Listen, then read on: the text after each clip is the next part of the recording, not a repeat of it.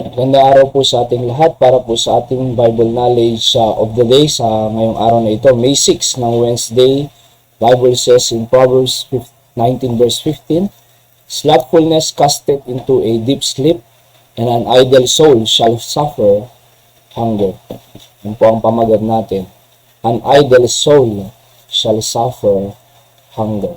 So, yung slothfulness po dyan ay galing sa atsla na Greek word. Ano po?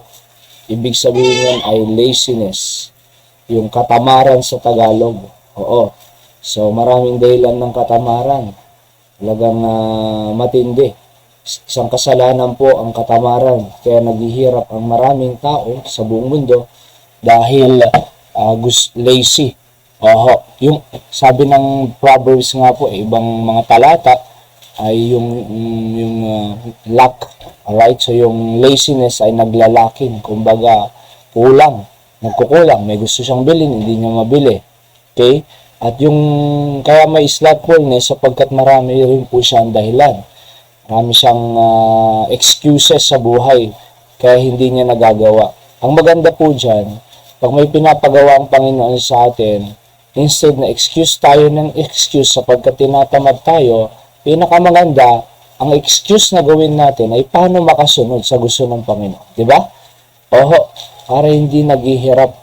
Alright? So, slothfulness is laziness. At kasalanan po yan. At yan po ang nagpapahirap talaga sa tao. Alright? And idle po dyan ay lackness or laxness. Slack. Yan po yan. Kumbaga idle, walang ginagawa. Talagang nananatili lang siya, stagnant kung nasaan siya. Maghapon, walang ginagawa. Hindi productive. Oo. Yung suffer hunger po dyan ay to be hungry, of course. Yung nagugutom siya. Kaya makikita nyo po dito na ang isang tamad na tao ay casted into a deep sleep. Talagang natutulog lang siya. Malalim pa ang kanyang tulog, sabi ng Biblia. Okay? Pag gigisingin siya, ayaw. Sa katunayan niya, meron din talata sa Proverbs na pag ginising mo na ang tamad, babalik pa sa kanyang higaan ulit parang isang bisagra.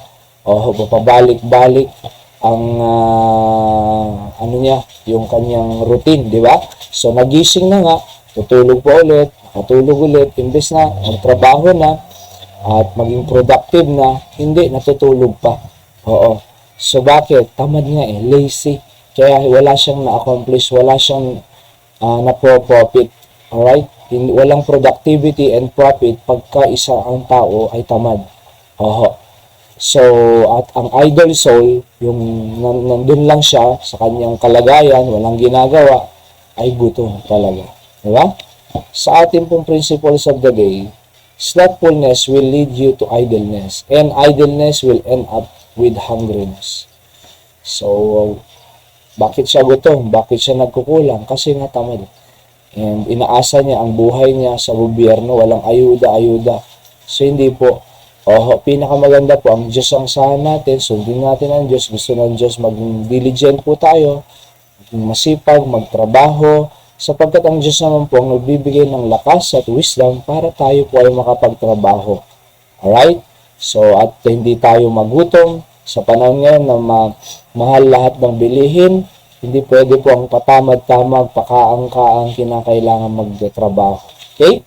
So, magsipag, mga anak. Magsipag. Alright, so yan po ang ating Bible knowledge of the day. God bless you.